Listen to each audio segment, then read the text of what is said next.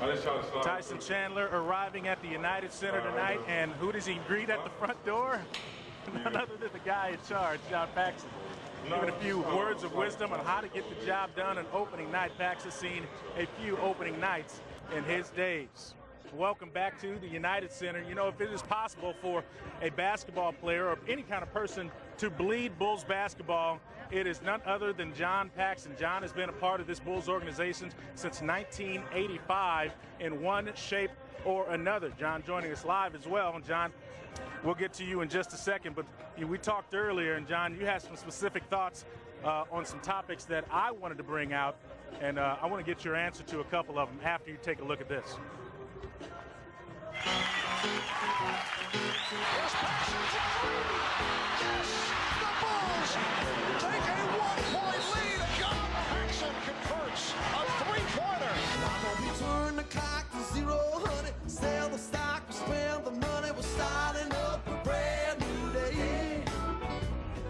Turn the clock off the way back, I'm begging her to take me back, I'm thinking in a brand new way. Well, John, I know, you know, every basketball player, whatever level, always has butterflies on opening night, and it wasn't too long ago that you were on the court as a player for opening night. What's going through your head as the moment approaches? Actually, it was a long time ago. Yeah, come on, it wasn't that far ago. 9 years ago, so it seems like a long time. No, you know, my thoughts are we really just need to get off to a good start this year. I think when everybody's healthy and doing well, we have 10 guys, maybe even 11, who every night can play. And our bench should be very strong. We have good role players coming off the bench that can score, that can defend, those type of things. So I think there's from our end, there's a lot of hope and a lot of optimism.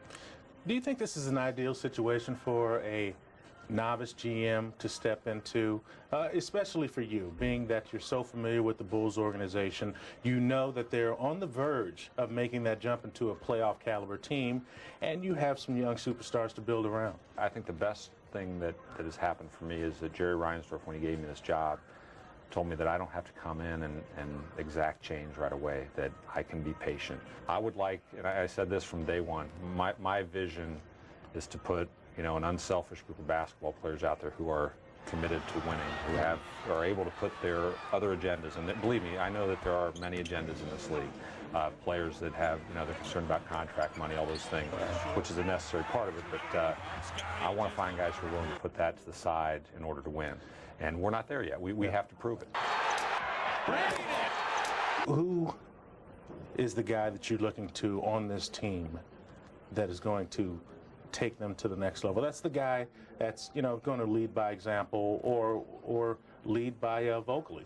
Well, you know, we brought Scotty here because Scotty's a natural leader, and I know a lot of people will disagree with that comment.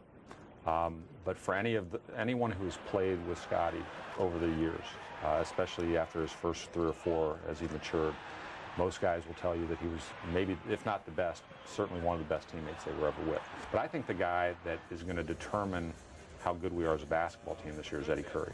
And he's a young guy, and I'm not putting him in that leadership category, but what I'm putting him in is that he has the chance to have a huge effect on basketball games in terms of wins and losses. You talked about Scotty coming back, and that seems to be a newfound policy, I guess, for you and the Bulls starting from this point out. Is that something that you were trying to foster consciously, or is that just for the fact that now John Paxson is in the general manager role? I think it's important that we do try to create an environment that players feel welcome to come back. And I mean, it's a no-brainer to extend an invitation to Michael to come around the Berto Center whenever he wants. And, you know, I hope that he'll come to some games this year. All he has to do is call me, and, you know, he can sit up there with me and critique our team. But I think it is important because, you know, we've, and rightly so, we've hung on to the fact that it was just 5 years ago that we won our 6th championship. But you have to be able to foster those relationships that you had 5 years ago, and I think we'll be able to do that over time. When this year is all said and done, do you think the motivation was to win championships, or are you trying to prove something to yourself, to someone, to the city of Chicago?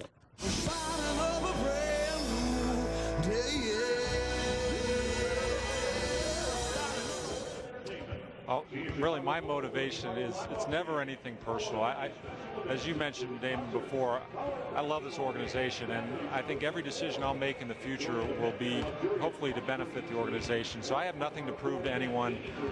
What I have to prove is that, you know, I can put an unselfish basketball team on the floor that this city will love and embrace, and that's my goal. And hopefully over time we can get that done. How close are you, John? Well, we're a ways away. I'm not going to sit here and say that our roster is perfect.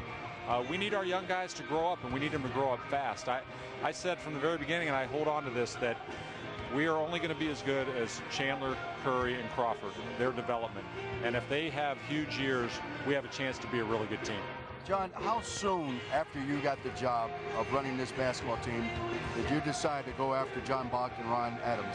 Well, you know what, the coaching situation, we lost Bill Berry, and we had an opportunity to replace him with a couple of guys. I had a long list, Norm. I mean, I had a lot of names on there, and Right. Bill and I discussed them. Johnny Bach was a guy that Bill felt very comfortable with, I feel comfortable with, can still relate to the young player.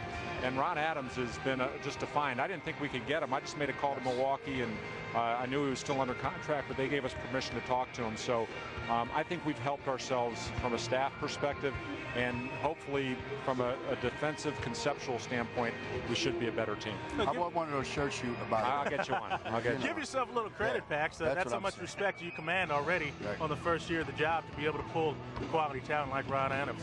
I want to know, ultimately, when it's all said and done, what is a team, or who does a team model after? Is it the general manager, or is it the head coach? Well, I think it's more the head coach. I really do. I mean, if you think about the teams that we had here in Chicago with Phil Jackson, they were his teams. I mean, my position is to try to get the best talent, or the best group, you know, that can play together and work together.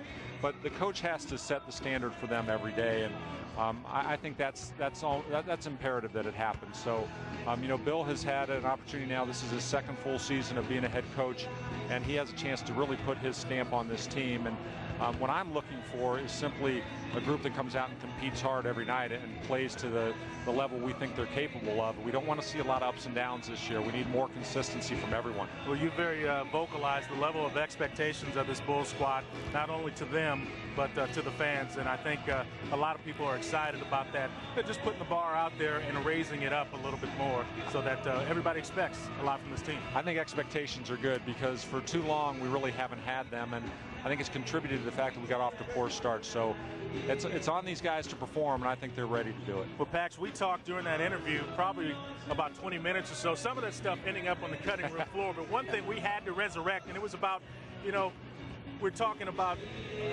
what people expect, and you've already won over the approval of a very hard person to win over.